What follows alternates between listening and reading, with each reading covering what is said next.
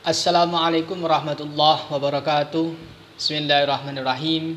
Alhamdulillahilladzi hadana lil Islam wal iman wa khassa ba'da ibadihi bil ta'at wa ba'dhum bil isyan. Wassalatu wassalamu ala sayyidi waladi Adam sayyidina Muhammadin wa ala alihi wa sahbihi ajma'in. Amma ba'du. Yang saya hormati khususnya Rektor IAIN Kolangan, beliau Bapak Ade Deiran Amede. Yang saya hormati pula khususnya dosen pengampu mata kuliah Sistem Ekonomi Islam, beliau Bapak Hanif Ardiansah MPD. Perkenalkan sebelumnya, nama saya Zahrul Fikri, mahasiswa dari IAIN Kolangan dari Prodi Manajemen Dakwah, untuk NIM 3618025. Oke, di sini saya akan sedikit memaparkan atau mempresentasikan terkait mata kuliah yang saya terima. Khususnya nanti di sini menjelaskan terkait liputan bagaimana prinsip-prinsip sistem ekonomi Islam.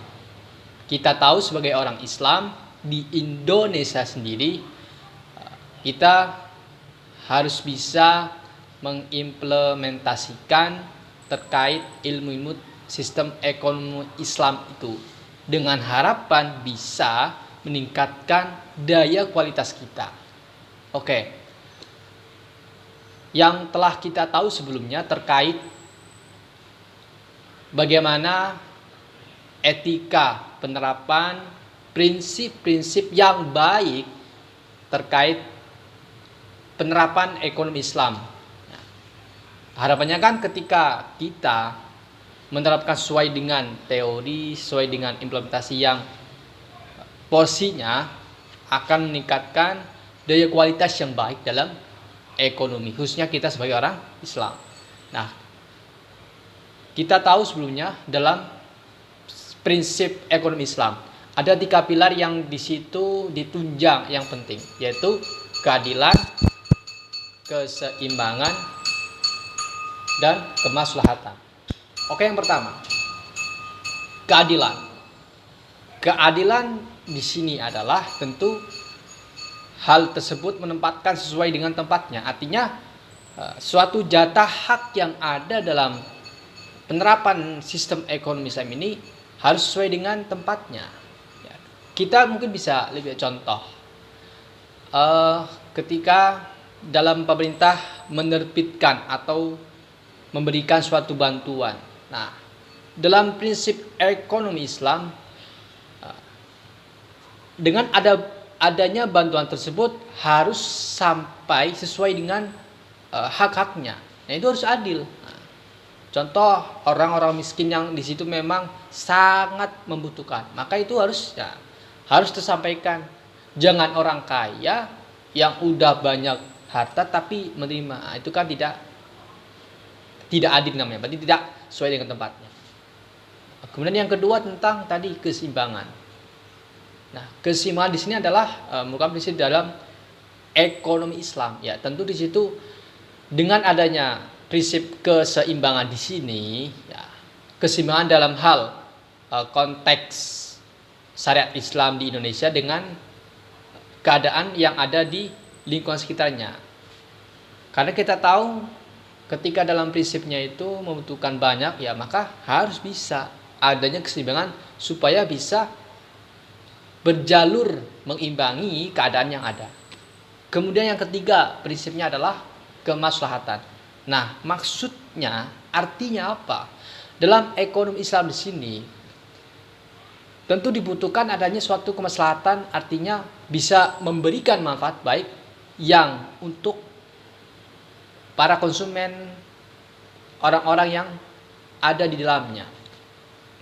Ketika suatu ekonomi tersebut bisa memberikan suatu kemanfaatan, artinya memberikan dampak baik, bisa membantu, nah maka di situ sudah ada yang namanya kemaslahatan, artinya bisa bermanfaat untuk seluruhnya, bukan hanya pribadi satu.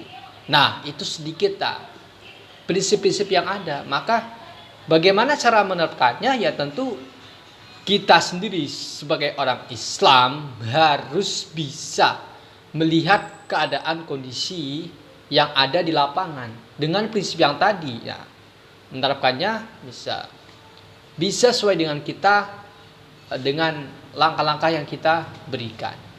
Contoh, kita tahu juga dalam hal pemerintah itu juga ikut andil dalam hal ini.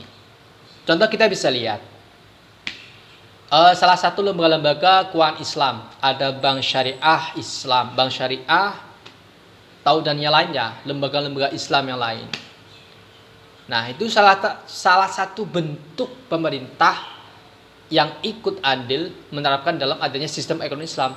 Nah, dengan adanya hal tersebut, itu bisa mengimbangi suatu ekonomi Islam, khususnya di negara Indonesia sendiri.